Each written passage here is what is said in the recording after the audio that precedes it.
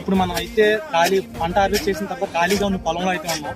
సాధారణంగా summer season అంటే వేసవి కాలంలో రైతులు మన ప్రీవియస్ క్రాప్ తీసేసిన తర్వాత ఉరుపు దుక్కులు అయితే దున్నుతూ ఉంటారన్నమాట. ఇందులో ప్రధానంగా చేసే తొలి పని ఏంటంటే గొట్లు చెక్కుతూ ఉంటారు. ఈ గొట్లు చెక్కడానికి ప్రధాన ఉద్దేశం ఏంటంటే గ్రాస్ హోపర్స్ మిడతలు ఏవైతే ఉన్నాయో ఈ మిడతలు గొట్ల లోపల రంధ్రాలు చేసుకుని గుడ్లు పెడుతూ ఉంటాయి అనమాట. సో అందుచేత రైతులు అనేది గొట్లు చెక్కి ఆ తీసినటువంటి మట్టిని మీద వేసి కొత్త గొట్లు అనేది వేస్తూ ఉంటారు. కానీ ఈ గ్రామీణ ప్రాంతాల్లో ప్రస్తుతం ఈ ప్రక్రియ ఎలా వెళ్ళిందంటే పక్కల పొలంలో కూడా తవ్వుకొని పోయే విధంగా అయితే వెళ్తూ ఉంది. నెక్స్ట్ ఏంటంటే మనం సమ్మర్ సీజన్ లో క్రాప్ హార్వెస్ట్ చేసేసిన తర్వాత ఫీల్డ్ కి ఫస్ట్ ఆఫ్ ఆల్ ఫుల్ గా ఇరిగేషన్ ఇచ్చుకోవాలన్నమాట, ఫ్లడ్డింగ్ ఇచ్చుకోవాలి. ఇలా ఇరిగేషన్ ఇవ్వడం ద్వారా ఏంటంటే మాత్స్ యొక్క ప్యూపే కానీ రూట్ గ్రబ్స్ కానీ ఇటువంటి ఏమైనా నెమటోడ్స్ కానీ సాయిల్ లో ఉండేటటువంటి పంటకి హాని చేసే కీటకాలు అనేది పూర్తిగా ఫ్లడ్డింగ్ ఇవ్వడం ద్వారా చనిపోయే అవకాశం ఉంది.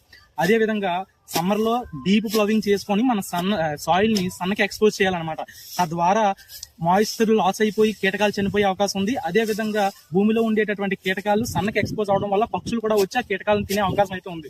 కానీ ప్రస్తుతం మన సమాజంలో ఏం జరుగుతుందంటే నేలకి ఖాళీ లేకుండా క్రాప్ తర్వాత క్రాప్ వెంటనే పంటలు వేయడం ద్వారా భూమికి ఖాళీ లేకుండా ఎటువంటి ఉరుపు దుక్కులు దున్నకుండా సమ్మర్ ప్లవింగ్ కూడా చేయకుండా పంటలు నేయడం ద్వారా మన సాయిల్ ఫెర్టిలిటీ మరియు సాయిల్ యొక్క ప్రొడక్టివిటీ కూడా తగ్గిపోయే అవకాశం ఉంది.